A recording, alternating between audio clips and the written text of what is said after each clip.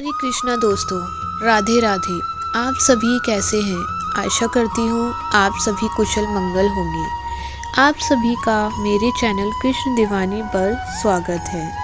अगर आप नए हैं तो चैनल को सब्सक्राइब करना ना भूलें। कुछ प्रेम कहानियाँ एक युग की होकर युगों युगों तक चर्चित रहती हैं, तो कुछ दिलों के रिश्ते एक युग में पूरे ना होने पर तीसरे युग में आकर मिल जाते हैं। ऐसी ही प्रेम कहानी है बलराम और रेवती की। आइए जानते हैं। महाभारत काल में सबसे चर्चित प्रेम कहानी कृष्ण जी और राधा जी की रही है। आज भी प्रेम कहानी का प्रतीक यही दोनों माने जाते हैं, मगर उनके बड़े भाई बलराम की प्रेम कथा, अनसुनी प्रेम कहानी कई युगों से चलकर पूरी हो पाई। यह कहानी है श्री कृष्ण के बड़े भाई और शेषनाग अवतार बलराम और उनकी पत्नी रेवती के प्रेम की। पौराणिक कथाओं के अनुसार बलराम और रेवती के बीच सतयुग में प्यार हुआ था, लेकिन दोनों एक दूसरे से द्वापर युग में मिल पाए। गर्ग संहिता के मुताबिक रेवती पूर्व जन्म में पृथ्वी के राजा मनु की पुत्री ज्योतिषमती थी। एक बार मनु के पूछने पर रेवती ने उन्हें बताया कि धरती पर सबसे शक्तिशाली व्यक्ति से ही उनका विवाह होना चाहिए। यही सवाल मनु ने इंद्र से किया तो उन्होंने वायु को उपयुक्त बताया, मगर वायु ने पर्वत को ज़्यादा बलशाली कहा। इसी तरह पर्वत ने पृथ्वी तो अंत में धरती ने शेषनाग को पूरी धरा पर सबसे शक्तिशाली बताया।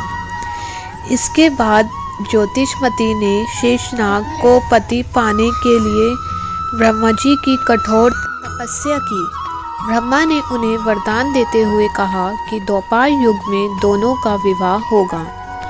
अगले जन्म में ज्योतिषमती महाराजा रेवत की पुत्री बनी। पौराणिक कथा के अनुसार सतयुग में पृथ्वी पर रेवत नाम के सम्राट थे, जिनकी बेटी रेवती थी। रेवत ने रेवती को हर तरह की शिक्षा दिलाई।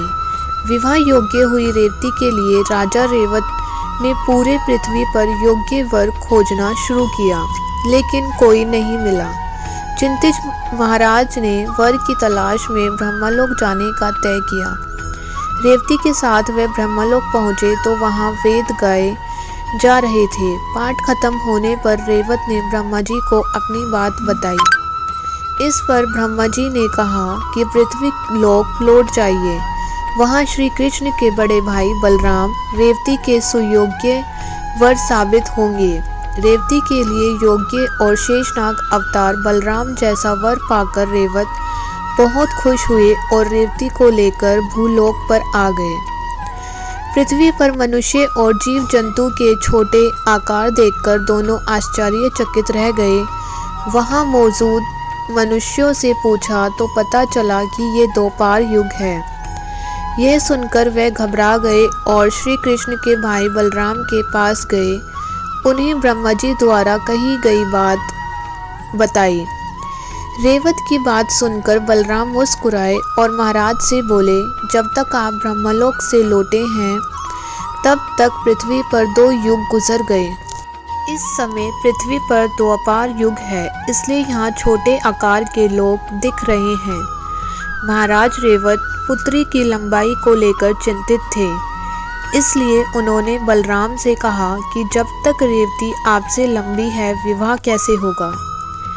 इस पर बलराम जी ने रेवती को हल से नीचे दबा दिया। इससे रेवती का कद छोटा हो गया और इसके बाद रेवती और बलराम का विवाह करवाकर खुद संन्यास चले गए। इसके बाद से बलराम और रेवती प्रेम पूर्वक पृथ्वी पर रहने लगे। अगर आपको वीडियो में बताई गई जानकारी पसंद आई हो तो वीडियो को लाइक, शेयर और सब्सक्राइब करना ना